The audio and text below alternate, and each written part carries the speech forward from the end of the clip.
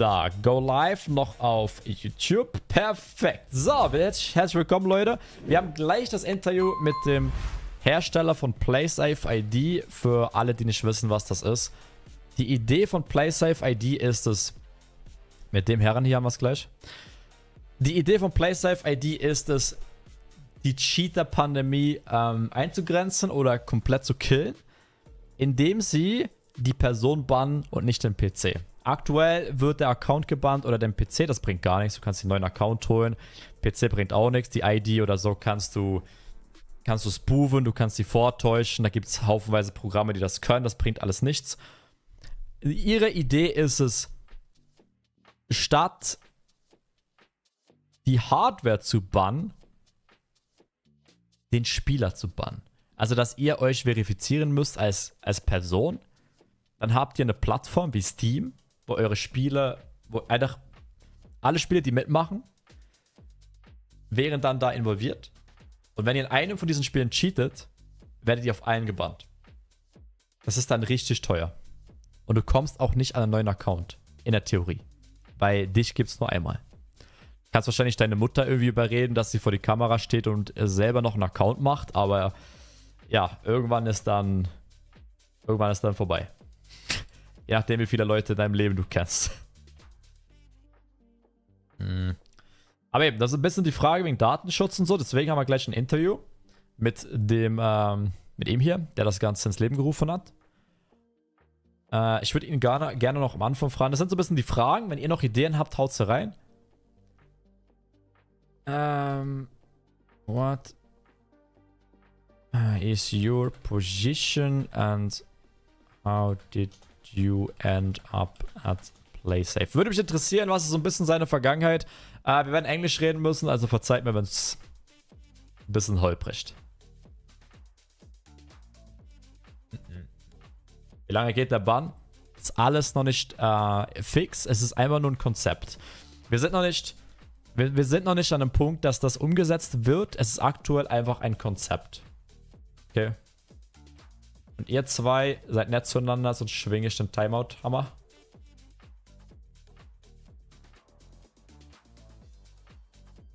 Also nur ein Konzept. Die Umsetzung wird kommen.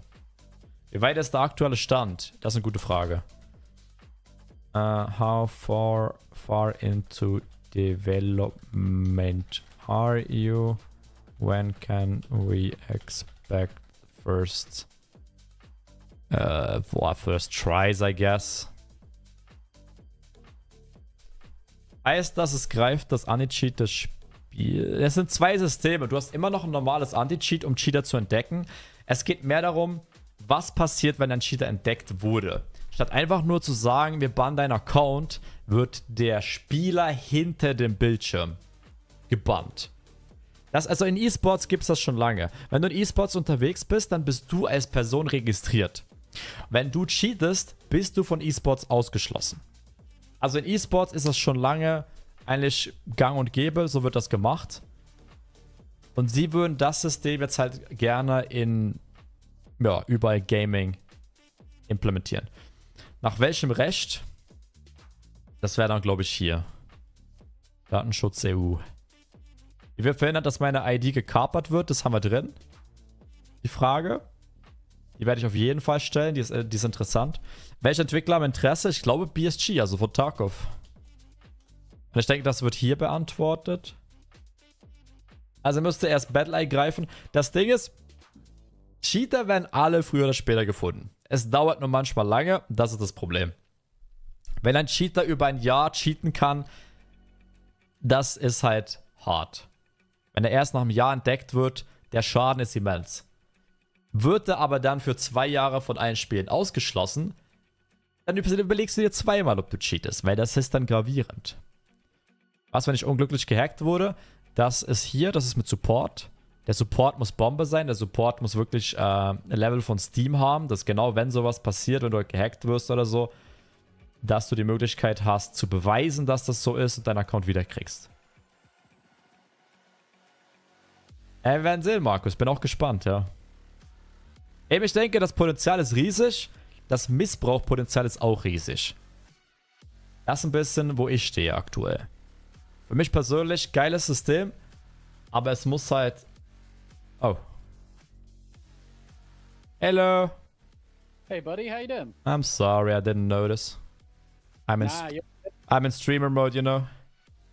It doesn't ring. That would do it. How you doing? You good? Yeah, pretty much. How about yourself? Yeah, can't complain. I can complain. I can complain about a lot, but I'll do my best not to. But thanks for taking the time. I'm pretty excited to talk to you because I like the concept. I like the idea. But as you probably know from the video, I see also a lot of open questions and the potential for misuse, I guess. Sorry about my English in advance. No, it's great. I'm not used to talking English, you know. I can understand pretty much everything you say, but yeah, you know, talking as you will see. So all good. It's not the first interview you do, right? No, I've done a couple. So how does it usually start? Because it's the first time I do one. I got a couple questions, but do you want to kind of introduce yourself or the idea to the people, or how do you usually? Yeah, for sure. Happy to. Okay. So yeah, my name's Andrew Wales. I'm the CEO of PlaySafe ID. And PlaySafe ID's job is really to bring some accountability to the gaming industry. There's a huge problem where people can cheat, hack, bot, do whatever, and they can just create a new account and come straight back in. I mean, there's no shortage of streamers and content creators interviewing cheaters and showing like notepad documents with like 1,000 account credentials, and they just get caught, they copy paste, and they're straight back in 5 seconds later. This is a known problem and it's a known behavior, but there hasn't been a real solution to it. So we're just trying to make that real solution to it, where people can't just create a new account and jump back in. It actually matters if you're caught cheating for the first time. Yeah, exactly. So if I got it right, the idea is not to create another anti-cheat that detects people, but to increase the severity if you get caught, right? Yes, and one of the other misconceptions is we're not trying to ban people from all games. We're trying to create PlaySafe protected matchmaking, which is an optional thing in basically all the games that we integrate in. And you're basically, if you get caught cheating with your PlaySafe ID, you're banned from the PlaySafe protected ecosystem. So you can still play other games normally. You just wouldn't be able to play in this environment. Yeah, just not the ones that would support PlaySafe ID. So I guess single player games would be an exception. And yeah, there'd be an exception. Offline games would be an exception, and even multiplayer games, right? Because if you were caught cheating, let's say, for example, I won't name any specific game. Let's say Call of Duty, because we're not talking about Call of Duty. Let's say Call of Duty integrated PlaySafe ID. They would basically put a toggle in. You could toggle to play PlaySafe Protected, or you don't have the toggle on and you play normally. If you're caught cheating with your PlaySafe ID, you'd be banned from every single game turning that toggle on. You wouldn't be able to play with the PlaySafe protected people, but you would still be able to create another account and play normally. You just wouldn't be allowed into this PlaySafe. Basically Counter-Strike with the Prime, I think is it Prime protection? Yeah. Think of it like that, but tied to you as a person as opposed to tied to your Steam account. Exactly. Okay. Now I really like the concept. I think it's the first, or how do I say, it's the first thing that, in my opinion, could work. You know, we had so much like AI, but you know the developers of cheat programs use AI as well. So it's that cat and mouse game again, all over again. So and it always will be. It always will be, because for every person that's employed to fight against cheaters, there's 10,000 cheaters. Yeah, and they're working 24/7. They're making millions a year. Like they have a much greater incentive to work much harder and be much smarter to try to come up with workarounds. Yes, there's a lot of money to make, right? Loads, shit tons. Yeah, I heard. Yeah. Wait, I mean, I have an expert on right now. How much do people pay per month to cheat? I heard from $50 to $200 a month for cheat programs. It ranges wildly. So lots of cheats can be free. And we're talking about private cheats, the good ones, right? Oh, yeah. We're not talking about good ones if we're talking about free, but the spectrum starts at free. They can go to 250, they can go to 500, they can go to 1,000. And then you get people who will pay people to set up DMA for them, direct memory access. So they'll buy a second tower for a couple of $1,000s. They'll have that connected to their main tower, and then they can spend hundreds and hundreds to thousands a month on the cheats. Yeah, that would be Radar and Tarkov, right? I've even seen videos of people who have foot pedals.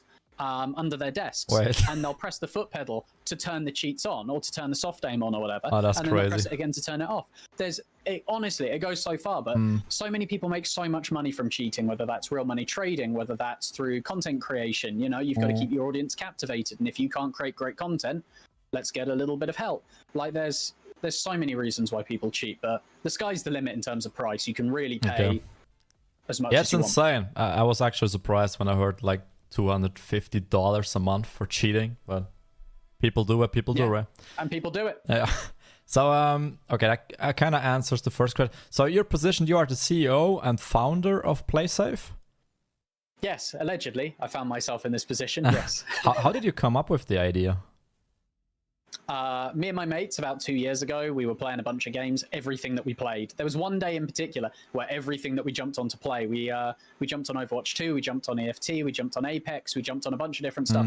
And we just had clear rage hackers in every single thing that we went on. And we were like, man. It was this one day. It was like, it wasn't even a day. It was like a 2-hour period. And we all just lost our shit. We were just like, this is absolutely horrific now. This is the worst it has ever been.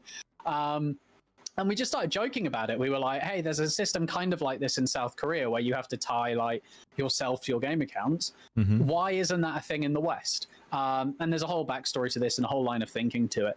But we basically were just like, what would it look like if everyone had to verify themselves and you couldn't create a new account? And if you got banned, it was actually you were banned. You couldn't get back in. It mattered. I didn't know that. So in South Korea, it's actually in place there. Yeah, for everybody. It's I like didn't the know version that. of their social security number. It's like the equivalent of it. You have to tie it to your game accounts. Ah, okay. And there's precedent there of people going to jail for cheating in games to monetize it, especially under fraud, and they take it seriously. Yeah. It's a different world. Sounds like it. But I didn't know that. But in the West, isn't it that in esports it's the same? In esports, you're registered as a player. And when you get caught cheating, depends on the league, depends on the game, depends on lots of things. There's different structures, there's different tournament structures, there's different rule sets. So for some, yes, you can get bans and you can get lifetime bans or 10-year bans or whatever. And yeah, for others you don't. Okay, but there's at least something in place already in the West, just not that dominant, I guess. Yeah, so the big problem that we have in the West for the mainstream community and like mainstream gamers is we have an expectation of anonymity. Yeah. Okay? So in the East, they don't have that. Like they'll just tie themselves to their virtual accounts and internet accounts and stuff, and they don't care. It's just the way that they do it, and we'll never accept that. Like in the West, no one will ever be tolerant of like tying their actual identity to a game. Probably not. Yeah. Which is why we had to build things in the way that we did, so there's a separation. So you verify yourself through our KYC provider, on Fido, who were bought by Entrust fairly recently. Yes, sir. And they only notify us if the check was successful.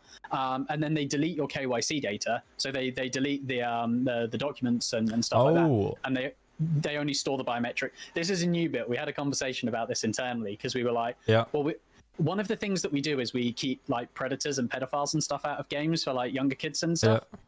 One of the big challenges there is we have a burden to local law enforcement that if someone's been a pedophile that we contact local law enforcement. Okay, so we were looking at potentially retaining that stuff as a way that we could contact them. You know, we would have a dedicated person, myself or the CTO of the company, that could basically contact local law enforcement and be like, this person was caught doing whatever with kids. But yeah, no, we've decided basically to scrub the document. So that's an interesting part. Yeah, that was I don't know if you have seen the video, but that was one concern I had. Why would you need to save my passport if you got the hash? But if you don't, we don't. Yeah, exactly. So but how would you then? The other question then is, if somebody got a support ticket, how would you? Does he have to verify himself again then? No, so we keep the biometric, so we keep the face scan that you've done, or we don't keep it. Okay. Entrust keep it, because they have an amazing piece of kit called Known Faces that basically searches the whole database of their clients. So, and that would be us in that case. Anytime that they see someone again, they basically check that face against the database to see, have we seen this person before? So you don't store the name, the address, nothing. Just basically a photo or whatever the data is, how to recognize the person again, you just save that and link it to the hash. Yes, and the only reason that we need the document for the first verification is because it makes it so much more secure. It reduces a lot of attack vectors because the verification it has to be done on a phone. It happens on Fido SDK on a phone. So they have control of the camera settings. So they actually micro adjust focus and tint and hue and loads of stuff to make sure that the image that they're capturing is actually corresponding with the camera settings that they've got on the device. That prevents image injection, device injection, deep fakes, a whole load of stuff. That sounds amazing. And the ID? How by having the document? Sorry, after you. Sorry. No, I'm sorry. Just a quick side note. How would you? Do you also? Do you have to show the ID into the camera, or? Yes. So the ID, then myself, and that's all. Yes, that's it. And what it does is it checks basically the face on the photo ID. First of all, is it a legitimate photo ID? Secondly, has that photo ID been reported stolen or lost or anything? Because there's a big database where they can check a fraud database to see if it's been reported stolen or lost. So they can see, is it a real document? Yes. Has it been reported stolen or lost? No. And then it checks, is the face in the photo ID, does that match your face? And because it's done through their SDK on a mobile device and they have control of the camera settings, they can ensure that there's no deepfakes, image injection, or device injection. So we only need the document to basically confirm that the face is really, really real and the person's real. Once we've verified you, we don't care who you are. It doesn't matter. The fact that you have a PlaySafe ID, you can never get another one. That's sufficient. That's the cool part, because I think also that, as you said, it's just pointless to ban the hardware or the account or whatever, but banning the person, that could actually work. I like the idea a lot. Just okay, so what if I look different or something, or I got a nose job, or I don't know, how would I verify that it's me? Yeah, so it's a great question. It's one of the things that we're now starting to have a conversation about. With us not storing the document and not having any other point and it just being the face, does that then become an issue? And it might be an issue. Like if someone's in like a severe accident or has like severe plastic surgery, if it's just you have like a little nose job or something, you're probably going to be okay because it looks at your ears, it looks at your teeth, it looks at your whole face, it looks at everything.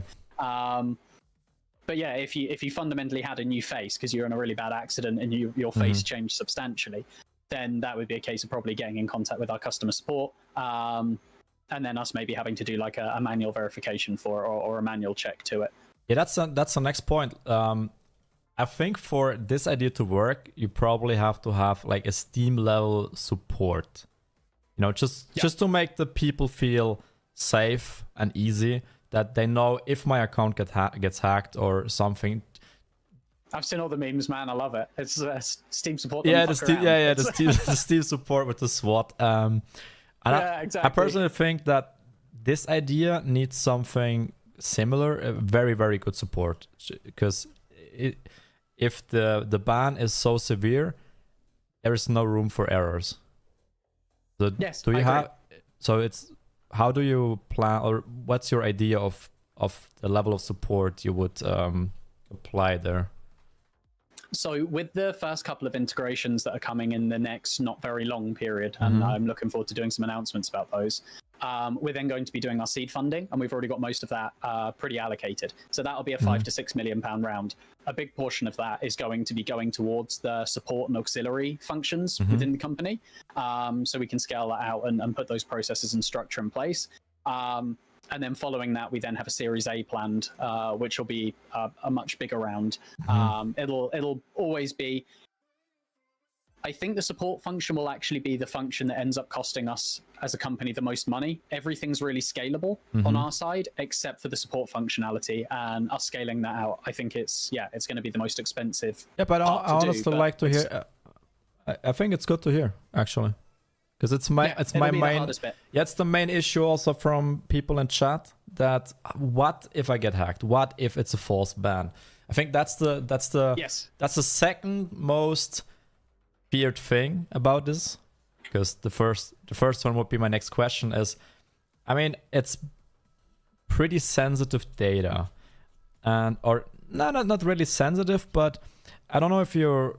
In the UK, they added something that you have to have an idea to basically use Wikipedia shit now or something. I heard they started doing that. I can go into the Online Safety Act in detail. I've read all of the legislation and all of Ofcom, the regulator, all of their statements of compliance. I've been interviewed on the BBC, Radio 4, LBC about this topic. This is something I know a lot about. So if you were, I can go into this. Yeah, actually, so how would you avoid that another company buys you or a government tries to use that data for getting rid of the anonymity in the internet?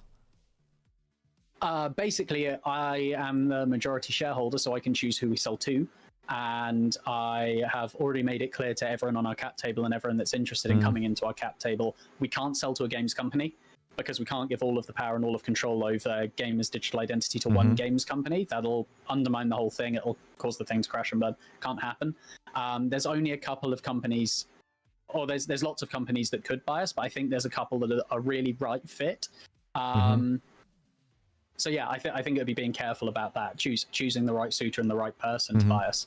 I started this company because me and my mates were fed up with cheating, and I want to solve this problem. I didn't start it to make as much money as humanly possible. But now, if I can accomplish both of those things at the same time, beautiful. But stopping the cheating side of things and making sure that my young family, as they grow up, they can play without pedos and stuff contacting them in games, because that's another big thing that would make me happy. In terms of governments, we're already looking at potentially registering as a Delaware C Corp and having an American status. We're also looking at a couple of different European states for us to register a company, which basically gives us the freedom in corp structure that if, like, the UK government turned around and said, you have to do this now, we would just wind up the UK entity, we would transfer the share ownership to one of the other entities, and then we'd be somewhere else where they wouldn't have a say over us. Okay, so, that was a bit too fast for me. So you would register your company on multiple countries, so that you can. We'd basically look to move the company to a different country. So a government, if they were being overbearing, wouldn't then have the ability to be overbearing. Okay, so you can just switch countries if you want, basically. As far as my understanding is, yes. Oh, okay. Yeah, I didn't know that. How about the what is it, Data Safety Act in different countries? Yeah, so there's the OSA, which is the Online Safety Act in the UK. There's the DSA, which is the Digital Services Act in Europe. And then there's local state law in the United States that vary on this. So excluding the Digital Services Act, so the North American state law and the UK Online Safety Act basically come to the same thing, which is they're trying to protect children from illegal content and harmful content that's harmful to children. Now, that's described in 3 categories. Primary priority content, which is suicide instruction, self-harm, eating disorder, and pornography. They're the 4 under the top tier. The second is priority content. Priority content is described as bullying, abuse, nasty, not as extreme as the top, but whatever. And then there's NDC, which is the kind of like a catch-all for everything else. Okay. So it's a really well-intentioned piece of legislation that basically wants to make sure that kids can't access porn, can't access 4chan, can't access suicide content, eating disorder content, etc. The real big challenge with it is how do you know if someone's a kid or not? You have to verify their age properly. Now, this is defined as highly effective age assurance in the legislation. So highly effective age assurance can't be self-declaration of age. It can't be terms of service anymore.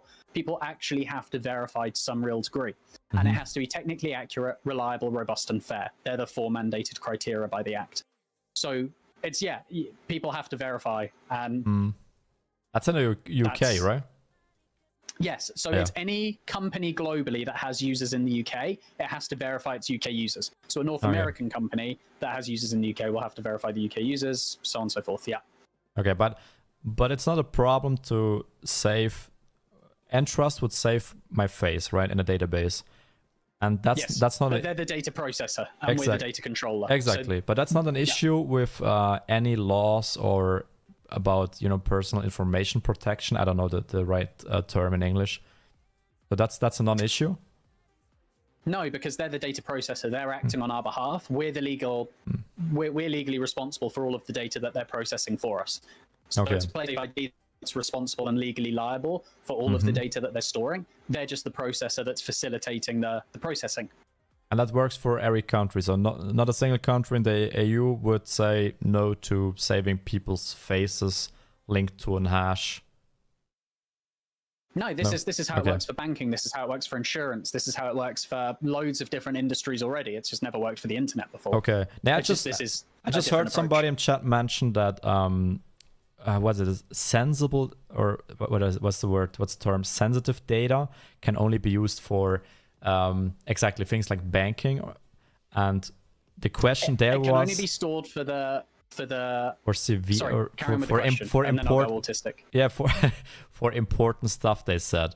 So is gaming important enough to allow saving data like this? That was kind of the question. I'm not sure. I'm not in the law, but that was the question. So sensitive information is allowed to be collected and processed for as long as is reasonable. And reasonable depends on the circumstance of which it's being collected for. Exactly. So, And gaming for would be example, reasonable enough for a government? Well, it's not governmentally mandated. The Online Safety Act is governmentally mandated, but they don't have to store the data beyond the initial check. This is why Death Stranding, the face of Sam from Death Stranding, was able to be used by so many people to bypass it, because there's no storing of any of the information afterwards. Okay. Which is hilarious, because you don't store the information and then the system doesn't work, so the whole thing was pointless.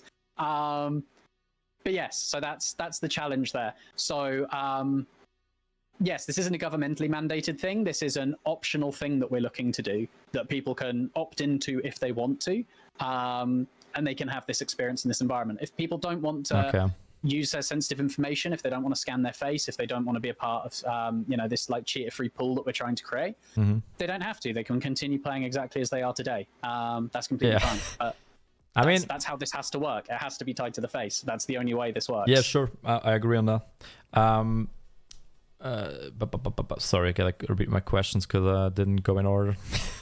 No, you're good. I'm sorry as well. I'm waffling. I'm rambling all No, over the place. I like it actually. I mean, it's the first time I do an interview like this, but I think it's going pretty good. What do you say, guys?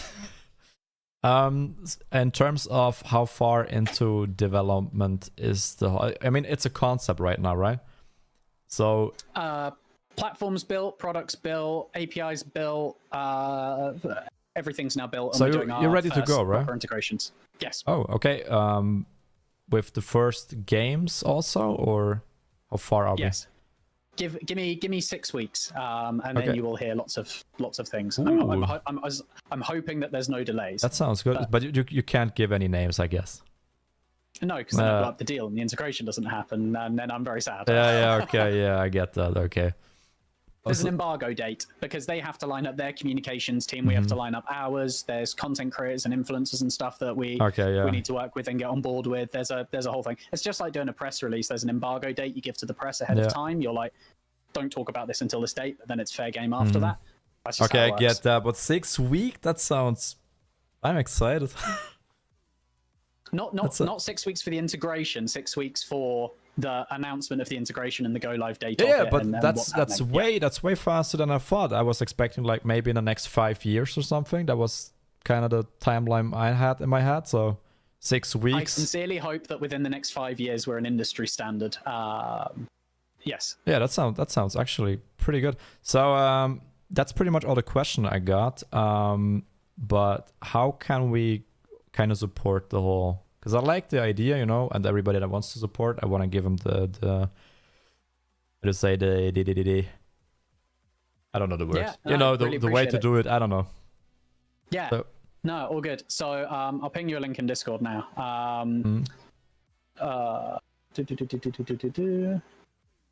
So basically, we are in the process of speaking with a bunch of different studios and developers, and they're like, well, do people want to do this? Like, do our gamers actually want this? Will they be happy to do it? So people registering their interest or creating an account with us, but you don't have to go through the full KYC process. You can just register your interest with us if you want to support it. Just so we can turn around to more devs and be like, yeah, people like this. They want to play with this. You should do this.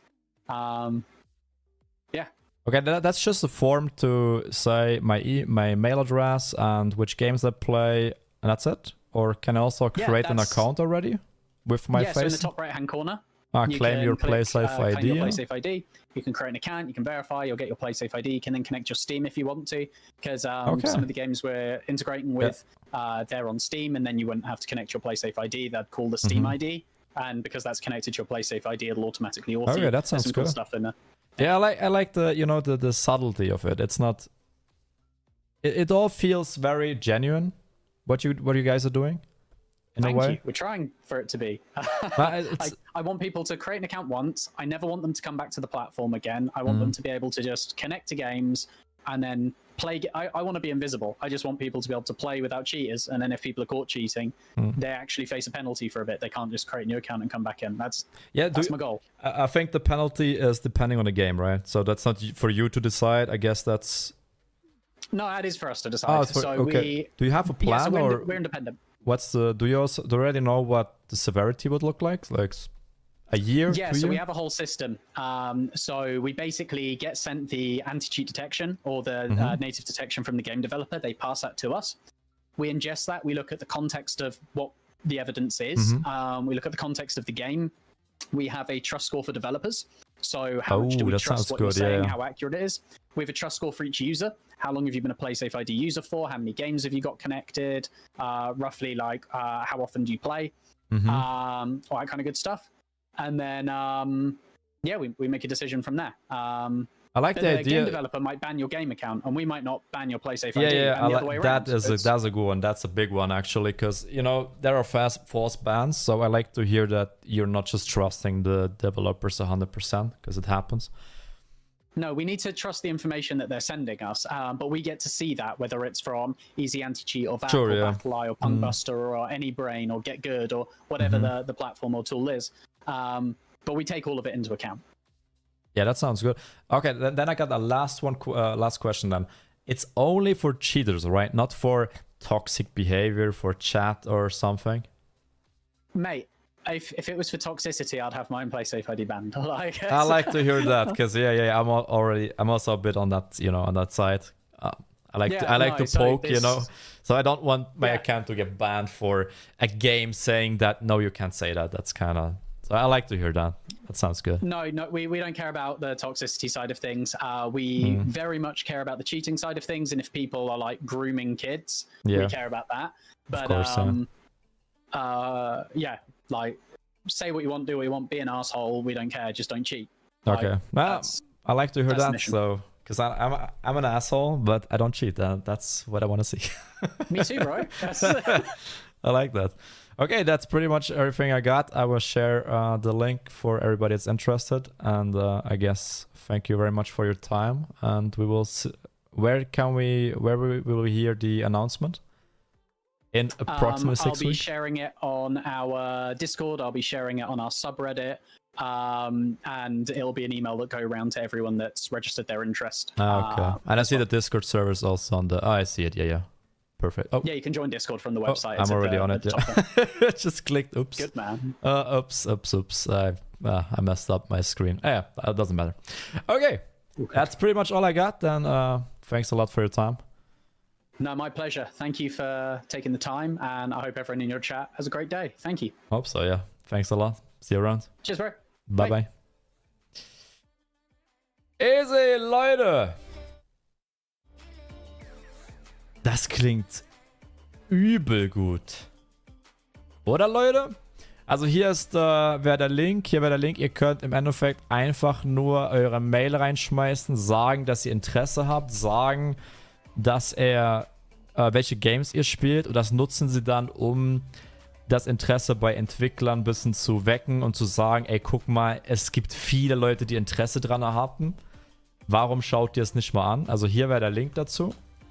Wenn ihr da registrieren wollt, eben von meinem Verständnis ist es interessiert. Also ich bin sehr, sehr froh, dass eben, das meinte ich auch vorhin gerade, dass nicht direkt irgendwie eine Kreditkarte kommt oder, weißt du, von wegen, ey, spende doch für uns und sowas. Es wirkt sehr aufrichtig alles.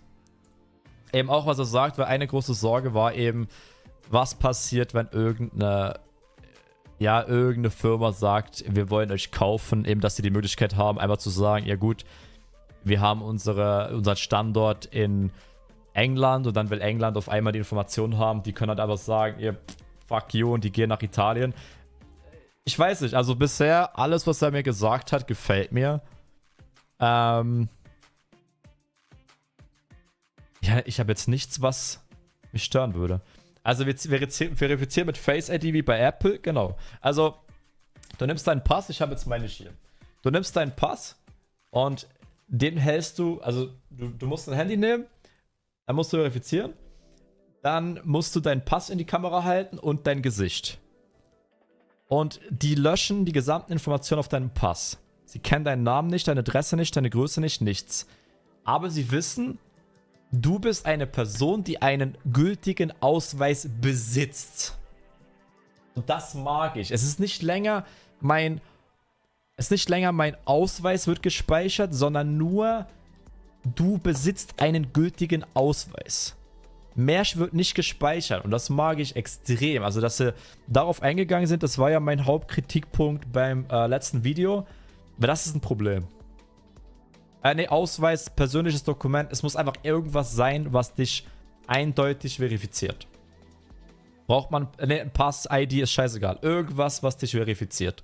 Und das machst du einmalig und dann wird nur gespeichert, wie du aussiehst und dass du eine gültige Person bist im Grunde.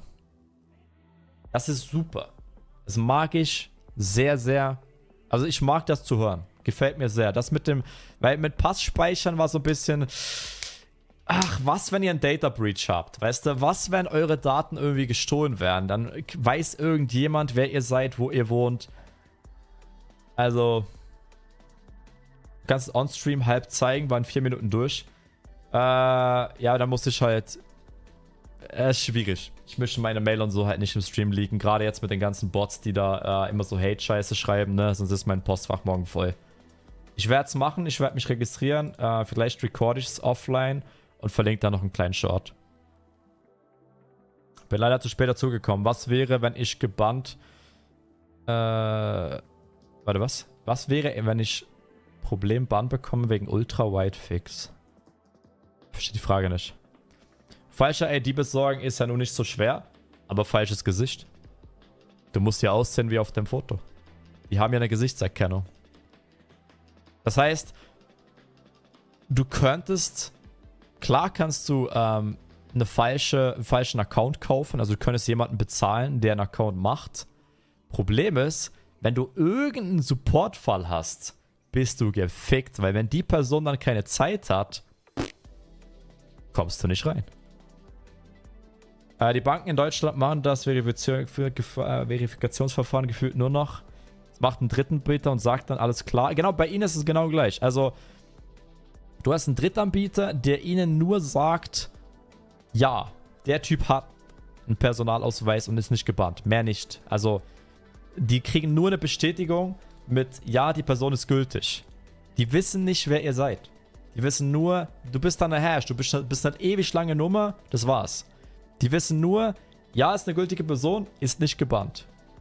Und alles andere wird gelöscht. Und das klingt 10 von 10. Das klingt richtig, richtig gut. Also, das Ding ist, als ich das Video geguckt habe, war ich schon relativ hyped, weil das Konzept ist geil, aber die Fragen halt. Es gab für mich einfach noch ein paar Probleme.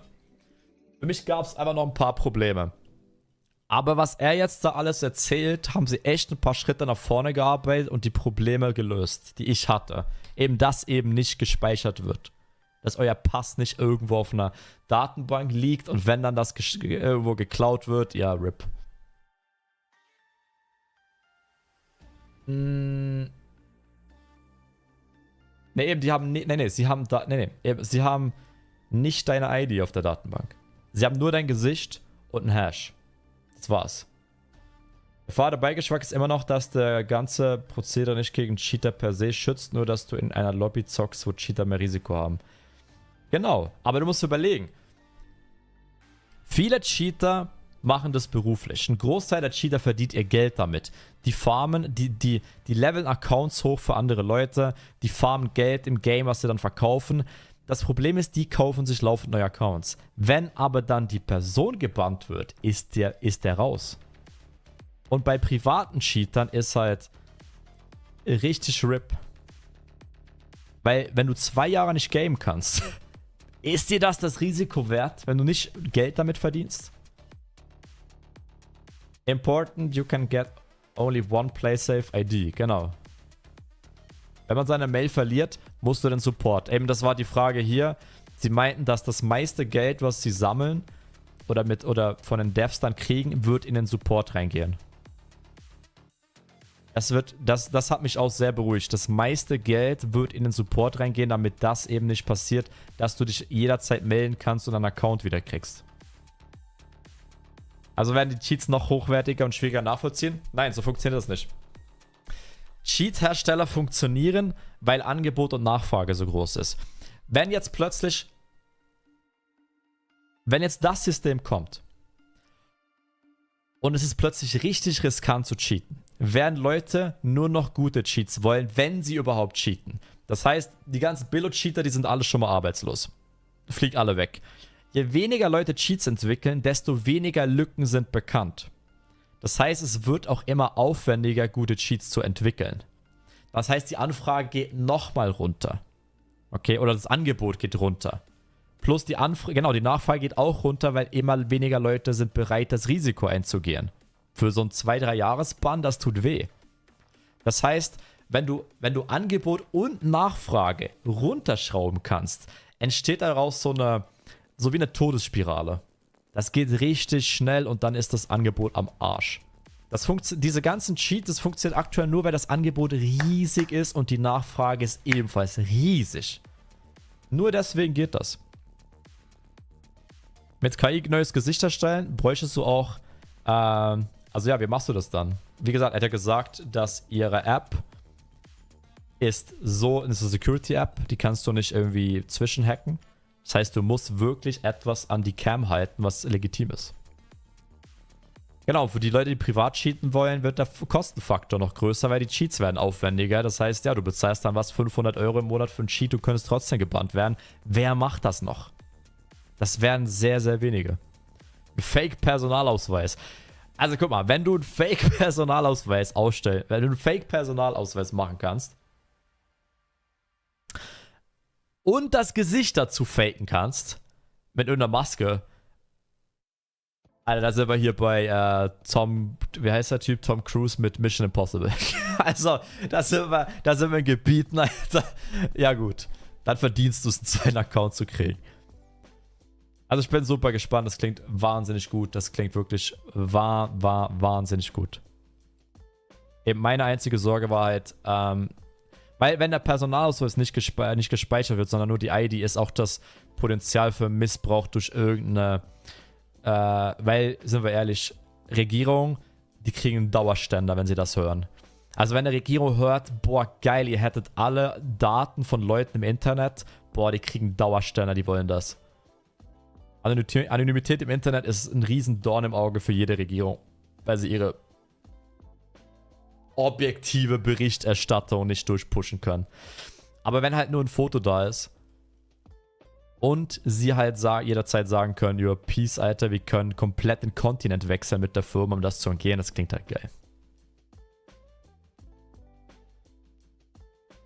Ich sehe das schon kommen, normale Lobby Free-to-Play, Safe-Play Lobby 25 Euro im Monat. Angebot und Nachfrage. Wenn Leute das zahlen, könnte das passieren, aber ich glaube nicht. Face Morphing durch KI ist möglich. Ja, aber nicht mit dem Handy. Das ist das, was er vorhin gesagt hat.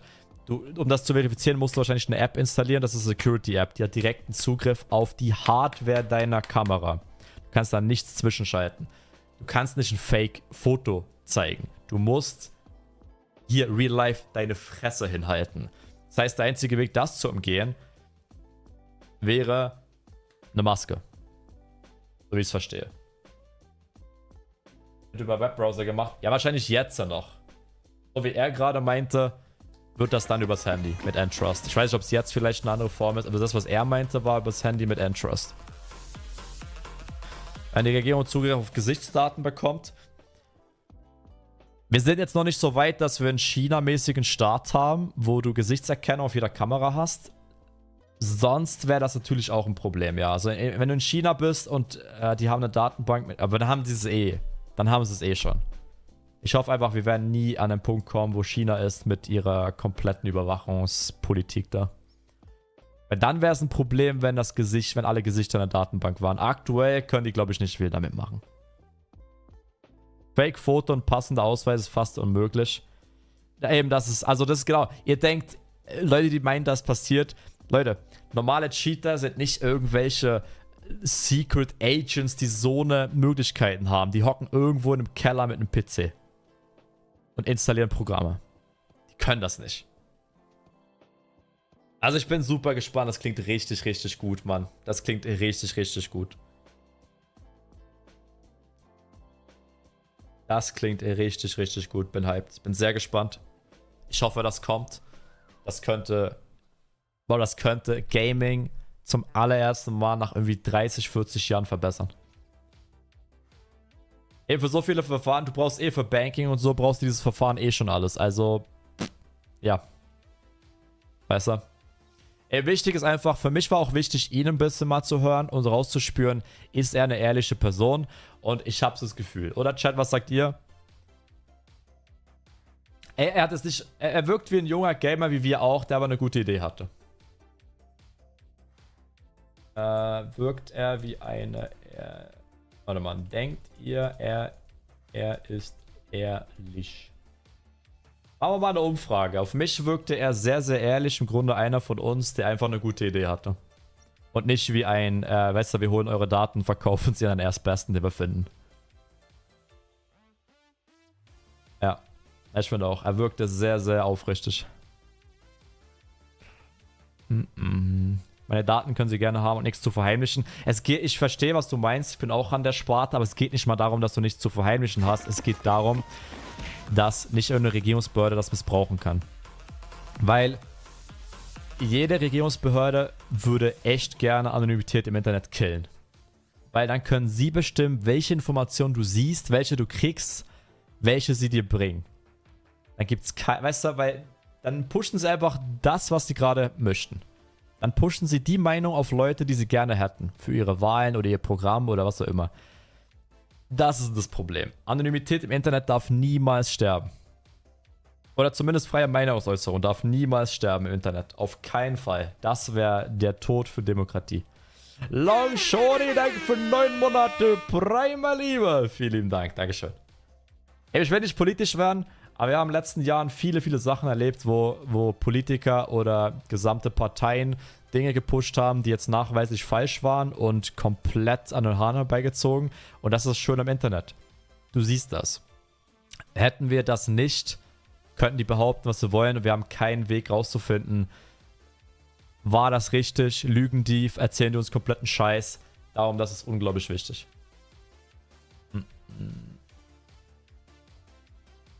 Also sind wir ehrlich, also freie Meinungsäußerung ist in ganz Europa, wird aktuell überall, wo sie können, wird es eingeschnitten. Also wenn sie können, tun sie es. Wenn sie können, tun sie es. Ich habe ja auch in Deutschland die Fälle, wo Leute, die Politiker beleidigt haben, wurden plötzlich vom SRK besucht. Okay, Bro. Weißt du? Deswegen, das ist für mich ein wichtiger Punkt. Also die Daten dürfen auf keinen Fall in irgendeine Regierungsbehörde in die Finger kriegen. Auf keinen Fall. Aber klingt gut. Das klingt echt gut. Easy, Leute, dann spielen wir ein bisschen Dead by Daylight. Alter, aktuell banne ich einfach so viele Leute weg. Da kam echt einer rein und meinte, was für ein Clickbait-Titel. Während ich legit einen Anti-Cheat-CEO interviewe, kommt einer rein und meint, dein Titel mit Cheat-Interview ist Clickbait. Also teilweise sowas ohne Witz. Ich habe aktuell einen Geduldsfaden, ich bann sowas direkt weg. Mit den ganzen Bots und so. Ja, aktuell mein Geduldsfaden ist 0 für sowas.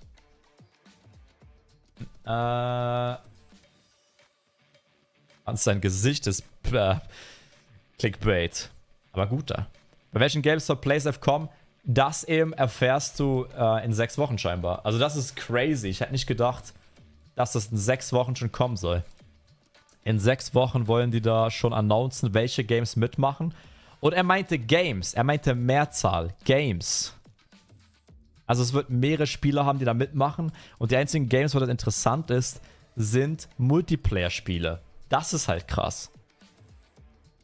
Also ich bin echt gespannt. Er sagt Games in Mehrzahl und es werden Multiplayer-Spiele, weil alles andere macht keinen Sinn. Das ist huge. Leute, das ist huge. Ich habe mit 5 Jahren gerechnet, Minimum. In den nächsten 5 Jahren, dass die da mal was ankündigen. Aber dass das jetzt schon kommt, big. Wirklich, wirklich big. Richtig geil. Ist gut, dass Game-Entwickler da mitmachen. Du musst verstehen, Game-Entwickler bezahlen Valorant, Riot, bezahlt 10 bis 100 Millionen im Jahr. Im Jahr für die Anti-Cheat. Wenn die Kosten halbieren können, mit fucking Handkuss machen das die Entwickler. Weil Anti-Cheat, viele Games zahlen mehr für Anti-Cheat als für die Entwicklung von ihrem eigenen Spiel. Weil das so teuer geworden ist. Also wenn jetzt eine Lösung kommt, das werden die mit Handkuss nehmen. Sorry.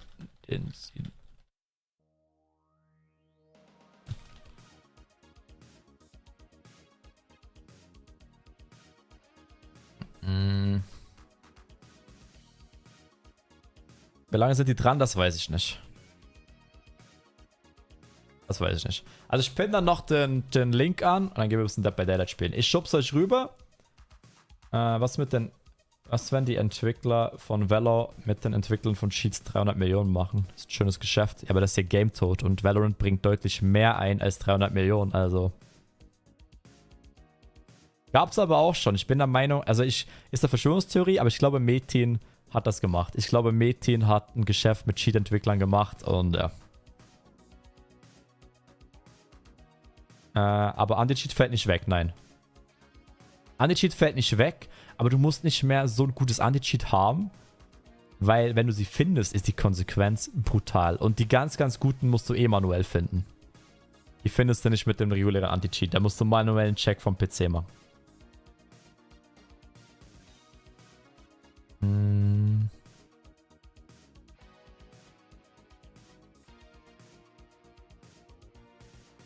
Geile Sache, Freunde. Easy. Also YouTube, ich schub's dich rüber. Wir spielen noch ein bisschen Dead by Daylight. Danke fürs dabei sein. Hier wäre ganz cool, nicht vergessen, unbedingt, Leute. Bei dem Thema unbedingt. Däumchen hoch, haut einen Daumen nach oben, haut in die Kommentare, wie ihr das findet. Bin sehr gespannt. Eben deswegen, Wolf, ist der größte Kostenpunkt bei Ihnen Support, damit eben keine falschen Bans passieren. Und wenn doch, dass du reagieren kannst. Darum geht's.